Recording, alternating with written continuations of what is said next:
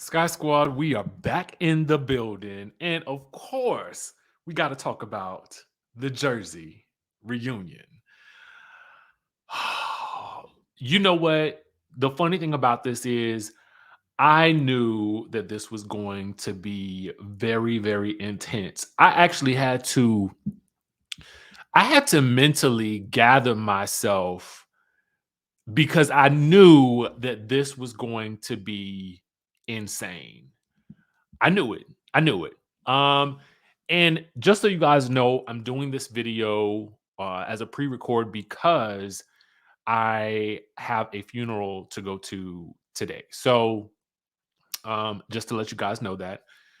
So I wanted to make sure that I got this to you because I know that we have been invested in Real Housewives of New Jersey all season long. So we have to discuss the reunion. And I literally just watched it, so it's fresh in my head. Now, the set is Nashville chic or whatever the case may be. It's cute or whatever. It's all right. I mean, I guess it kind of makes the gold that they're wearing pop out a little bit, but overall, I'm not really here for the set. I barely noticed the set. We got to get into the ponderosa of it all, and I'm going to tell you the truth. As I rate this episode on a scale of 1 to 10, I gotta go ahead and give it a 10. Like, it exceeded my expectations. This harkened back to the old school Jersey reunions where you had, like, I mean, it was intense from the jump. But I don't even want to waste y'all time with just those little details. Chime down in the chatterization. Let me know what you guys would rate this episode on a scale of 1 to 10 and why you rate it on a scale of 1 to 10, especially with it being a reunion. And again, my rating is a 10. So, of course, we start with Jackie and Dolores fighting over Jennifer. Jackie didn't think that Dolores would actually hit her when they got into their altercation. And the question is really asked, who would the ladies be more afraid of running into in a dark alley? And most of the ladies are saying Dolores because Dolores has worked, I think, in the correctional facilities, and Dolores honestly just looks tough. Dolores says she'd be more afraid of Teresa, and Teresa is telling the rest of the girls they need to be afraid of her. Okay. They get into this whole notion that Jackie was sticking up for Jennifer, which, to be honest with you, I don't feel like Jennifer really truly appreciated. I think that in this reunion, my thoughts on Jennifer in general was that she was there to make her mark on the reunion, and she was there to solidify her spot for next season. And she was even willing to throw her friendship with Dolores under the bus in order to make the necessary splash that she needed to make and continue to stick her nose even further up Teresa's behind. I mean, that's just my thought on the matter because we get into this whole idea that Dolores allegedly jumped ship. But Dolores, we find out, had actually called Jennifer and told her, listen, when you walk into these scenes, come in with your head held high. So when Dolores is telling her, stop all that crying, audience members and viewers are viewing Dolores as unfeeling, and Jennifer is making it seem as though Dolores is just coming at her when Dolores is really just looking out for her. But for Jennifer, Jennifer says Dolores only wanted her to stop crying because she knew that Dolores knew that it would make Margaret look bad to the viewers. Now, I got to tell y'all the truth. I think that Dolores is 100% a ride or die friend. I think that she could recognize both the wrongs in the situation. And I think she also could recognize that it was definitely wrong for Jennifer to be continuing to try to dig up dirt on Evan, even after this whole thing has, been proven to not be true. So I'm just kind of like, I feel like Jennifer is reaching here for some type of uh, beef with Dolores. And as angsty and as feisty as I believe Jennifer to be, I just don't believe that you want to go up against Dolores. Now, Dolores does tell us that she has learned how to temper her temper, but at the end of the day, Dolo is still Dolo. And Dolo might just Dolo right up on you because she's sitting right next to you. So Jennifer got a lot of, I mean, Jennifer is ballsy for that. I just have to go ahead and give it to her. She's ballsy for that because I just was like, I'd be worried about this girl sitting next to me and I'm almost cussing her out. Anyway, they talk about the comment about Jackie saying Bill shouldn't have stuck his peen into somebody else. And Jennifer says, of course, she processes it differently now that she's actually seen the episode. Somehow this turns into Teresa versus Jackie again. And Jennifer admits yet again that she went looking for dirt on Jackie to appease Teresa because she wanted to find out if Teresa wanted to know if there was any dirt that they could dig up on the Evan situation or somebody that would talk or whatever like that. And Jackie's question is actually poignant when she says, well, you didn't find out anything, but what if you did? What would you have done? You would have run and brought it right back to the show. And that is exactly what she would have done. So as much as Jennifer wants to talk about how bad Margaret is for bringing up Bill's affair, she would have done the exact same thing if given the opportunity. This is the same person that Jackie was befriending and taking up for at the beginning of the season because she didn't feel like anybody had her back. And I said it at the beginning of the season. I said, Jackie, you are naive if you think that this girl is going to appreciate what you are doing. This girl is here for the show of it all. And I'm not going to lie. Jennifer makes she helps make the show great. But at the end of the day, I just feel like Jackie made a point. You're burning all your bridges, boo. You can't burn every bridge, okay, in favor of Teresa. And I know you feel like Teresa's the last. Always, Teresa will be the last woman standing on this show, okay? We know that. But have a backbone enough to have your own stance and don't be a Robin. I said it. I'm blocked, so it don't even matter at this point. Um, Teresa talks about her love bubble, and Andy points out that the articles were out there about Louis before Margaret ever even mentioned them. But Teresa is just still on this. Well, Margaret is the one that brought all this stuff up. And we get into this idea of, her getting a prenup. And Andy is basically begging her to get a prenup, but she's like, it's our business. And he's just like not letting it go. And he's like, I'm trying to protect you. Okay. And for whatever reason, Teresa is so old school. She just believes in love and marriage and yada, yada, yada. I'm like, girl, listen, everybody just wants you to protect your assets and for yourself and your babies. That's the bottom line because the streets are talking about your man in a lot of different ways. So protect yourself. There's nothing wrong with that. And he should understand that because you are a walking brand at this point. We get into why Dolores wasn't invited to the engagement party. Apparently, it's because Dolores, listen, don't be single and be Teresa's friend because if you ain't got a date in order to go double dating with her and Louis, you cannot come to any of their functions. You definitely can't come to the engagement party because Dolores had not been out on a double date. Poor Dolores, who might have been single at the time, but getting to know her new man, and the other man wouldn't even go out with anybody. So she was just in a catch-22. So poor Dolores for being single or even just getting to know somebody so much so that she can't even get an invite to the engagement party because she ain't been out on a double date. Hence, also the reason why Melissa will not be a bridesmaid because they haven't gone out on any double dates. But apparently, it's okay for Joe to be in the wedding because Louis has asked him because he wants to ingratiate himself into the family or whatnot. But that's a whole nother situation. Teresa and Melissa go at it about why Teresa did not choose Melissa as a bridemaid.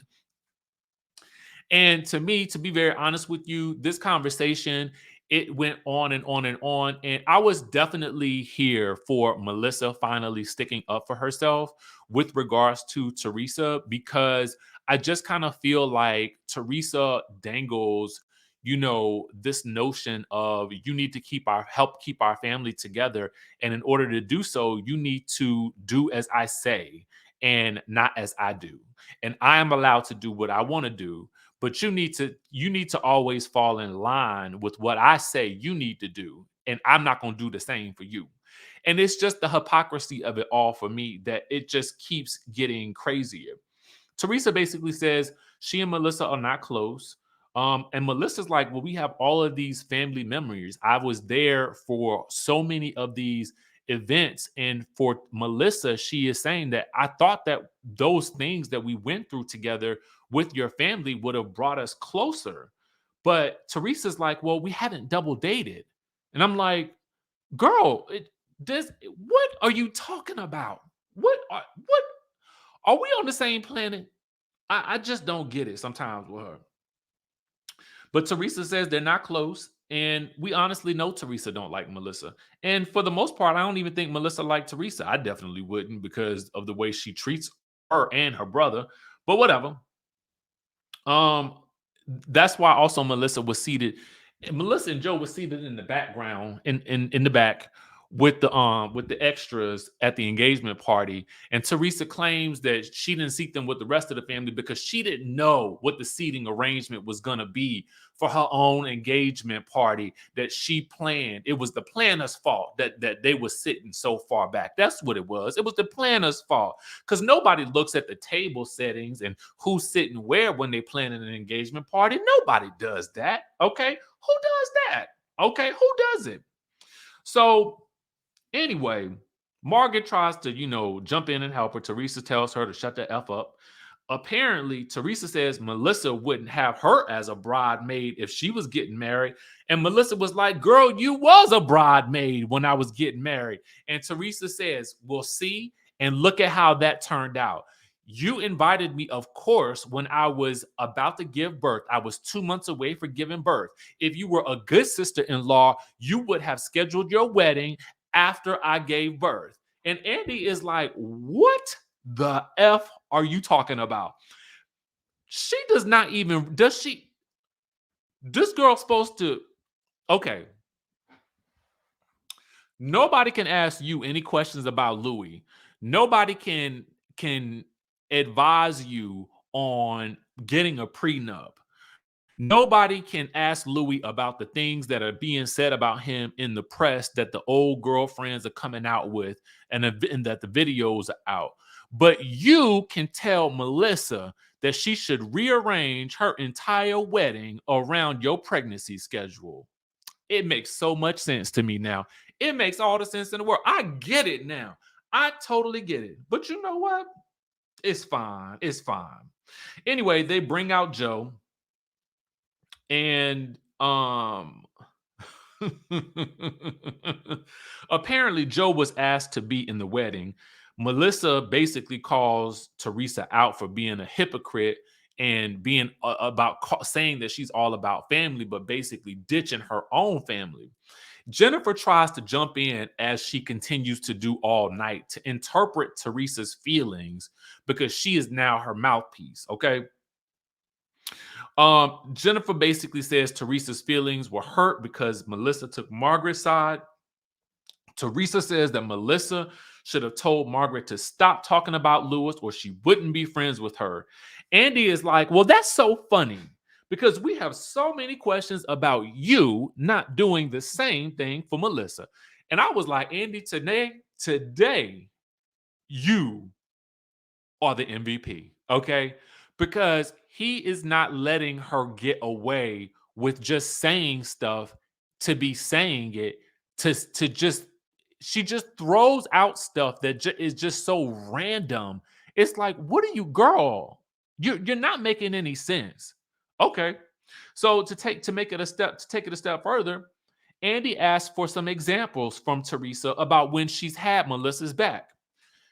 And it was almost like the robot was malfunctioning. Teresa is stuttering and a stammering and a stuttering and roll tape. Somebody help me. Please help me. So you know what they did?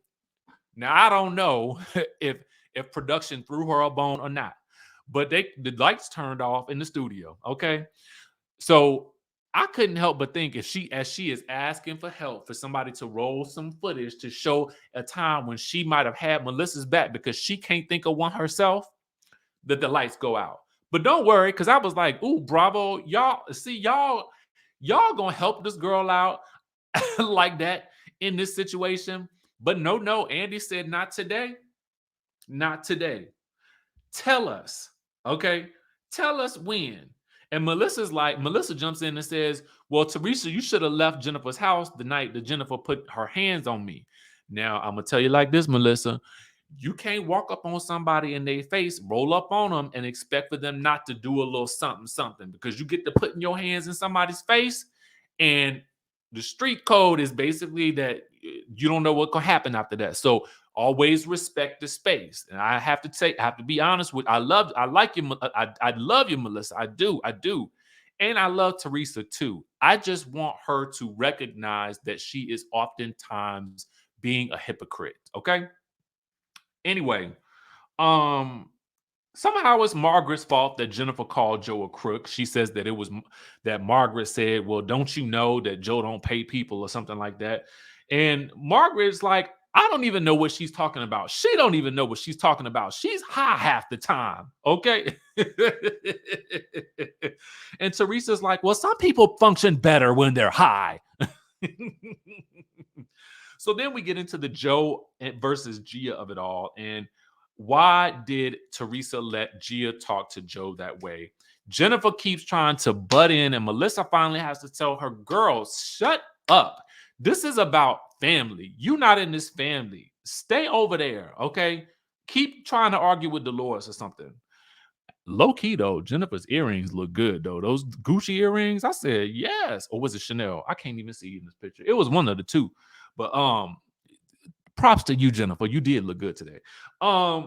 Anyway, they talk about how Teresa's kids feel about, Joe Gorga talking about Joe Judice, but what about Joe Judice talking ish about Melissa and Joe? And, it's this interesting notion that I never thought about. You got Gia and the girls looking at Joe Gorga crazy for basically defending Teresa against Joe Judice, but that's still their father. And Melissa asked a very good question. Well, how do you think our kids look at you after all of the things that you have said and done to us over the years? And I was like, ooh, that's a good point. But honestly, I don't even think Teresa cares because she's in love, and that's all that matters. Anyway,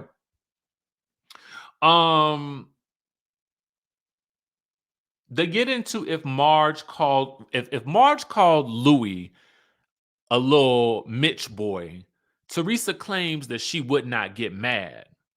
But Teresa's argument is basically that Louis is not involved in the women's drama, like basically insinuating that Joe Gorga is involved in the women drama. Okay. And Andy is basically like this. I like that he's involved in the drama. And I invited him here to talk on the stage right now. So Joe is going off about how she's treating him, and he includes Jen. So at that point, Jennifer gets involved. He waves her off, and then she waves him back and calls him a little Mitch girl again. So Melissa points out that Jennifer had a conversation with, Melissa points this out. You're calling my husband a little Mitch boy, but you were chastising your husband for not getting more involved when you felt like you needed some backup. So which one is it? And I asked the same question a couple of episodes ago. And then Jennifer says, well, there's a spectrum. There's a spectrum. Joe is too involved. Bill is not involved enough. And it was actually funny to me, but I can see her point, to be honest with you. I'm trying to be fair, in that situation. Um, Teresa doesn't know why Joe Gorga is always involved in Housewives business. And then she and Joe are getting more heated and more heated and more heated. And finally, at a certain point, Joe is just like, you know what? I quit. I quit this B. And he walks off stage. Now, of course, we know he's not quitting that show because, well, we know he ain't quitting. Okay. Let me know what you thought about this episode. I thought it was real good. I thought it was a good primer for next week. And I felt like we saw a lot of what we saw tonight in the previews. So I'm expecting that we'll get a lot more in the next couple of episodes. And I can't wait because we have not gotten into Margaret versus Teresa quite just yet. So let me know what your thoughts are down in the chatterization down below. And I will catch you guys in the next video.